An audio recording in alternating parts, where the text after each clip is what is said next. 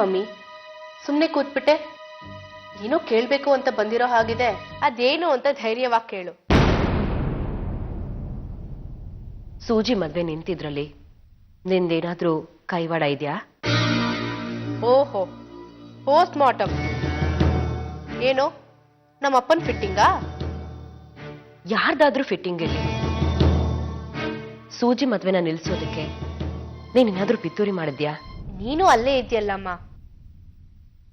ಯಾರಾದ್ರೂ ಸೂಜಿಗೆ ಚಾಕು ಪಿಸ್ತೂಲು ಹಿಡ್ದು ಹೆದರ್ಸಿದ್ರ ಅವಳಾಗೆ ತಾನು ಎದ್ ಬಂದಿದ್ದು.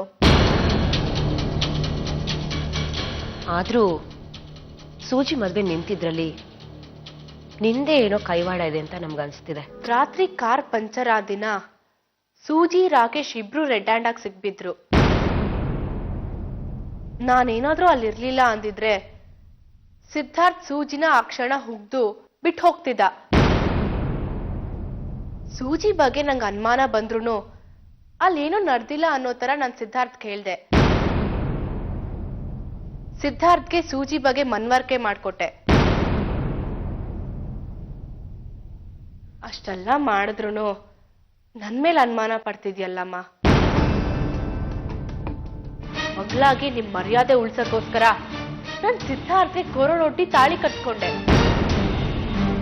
ಅದಕ್ಕೆ ಸಿಕ್ಕಿದ ಪ್ರತಿಫಲ ಏನ್ ಗೊತ್ತಾ?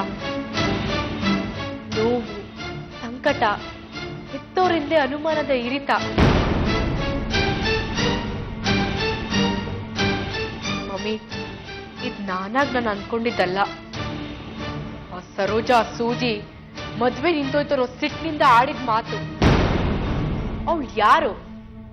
ನಮ್ಮನೆ ಮುಸ್ರೆ ತಿಕ್ಕೊಂಡು ನಮ್ ಋಣದಲ್ಲಿ ಬಿದ್ದಿರೋಳು.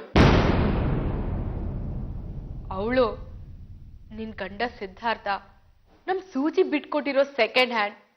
ಹೋಗಿಟ್ಕೋ, ಇಂಜಿಲ್ ತಿನ್ನೋದನ್ನ ಅಭ್ಯಾಸ ಮಾಡ್ಕೋ ಅಂತ ನಂಗೆ ಅವಮಾನ ಮಾಡ್ಬಿಟ್ಲಮ್ಮ.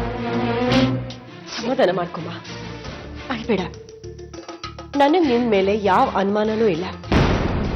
ಈ ಅನುಮಾನ ಇರೋದು ನಿಮ್ ಪಪ್ಪನಿಗೆ. ಅದಕ್ಕೆ ಈ ಅನುಮಾನನ ಬಗೆಹರಿಸ್ಕೊಂಡು ಹೋಗೋಣ ಅಂತಾನೆ ನಾನು ಇಲ್ಲಿಗೆ ಬಂದಿದ್ದು. ನನಗೆ ಮೊದ್ಲೇ ಗೊತ್ತಿತ್ತು ಇದೆಲ್ಲ ಪಪ್ಪಂದೇ ಫಿಟ್ಟಿಂಗು ಅಂತ. ಅವ್ರಿಗೆ ಆ ಸರೋಜಾ ಸೂಜಿ ಏನ್ ಮಾಡಿದ್ರು ಚೆಂದಾನೆ.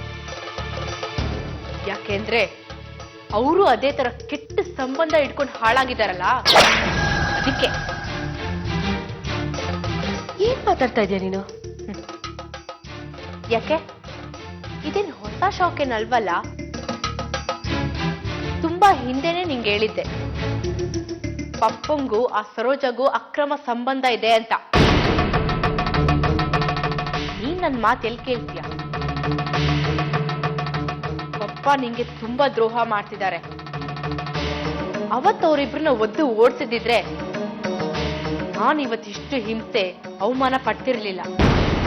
ಮಮ್ಮಿ, ಈಗ್ಲೂ ಕಾಲ ಮಿಂಚಿಲ್ಲ. ಹೇಗಿದ್ರು ಆ ಸೂಜಿ ಕೆಟ್ಟು ಕುಲ್ಗೆಟ್ ಹೋಗಿದ್ದಾಳೆ. ಅವಳನ್ನ ರಾಕೇಶನ್ಗೆ ಕಟ್ಟಿ ಮನೆಯಿಂದ ಹೊರಗಾಕಿ ಕೈ ತೊಳ್ಕೊಂಡ್ಬಿಡು. ಹೌದು, ರಶ್ಮಿ ಹೇಳ್ತಿರೋ ಒಂದೊಂದು ಮಾತಲ್ಲೂ ಸತ್ಯ ಇದೆ.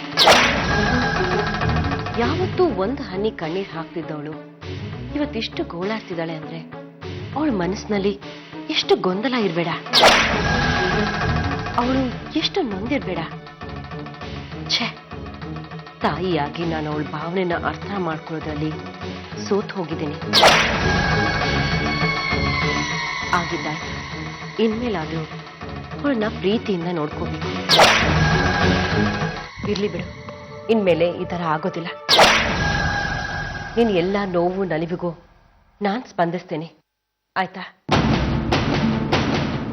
ನಿನ್ ಸಂಕಟ ನನ್ ಸಂಕಟ ಕೂಡ. ನೀನೇನು ಯೋಚನೆ ಮಾಡ್ಬೇಡ. ಒಬ್ಬ ತಾಯಿಯಾಗಿ ನನ್ನ ಕರ್ತವ್ಯನ ನಾನು ಖಂಡಿತ ಮಾಡೇ ಮಾಡ್ತೀನಿ. ನಿನ್ ಸುಖ ಸಂತೋಷನೇ ನನಗೆ ಮುಖ್ಯ. ನಾನು ಬರ್ಲಾ ರಶ್ಮಿ?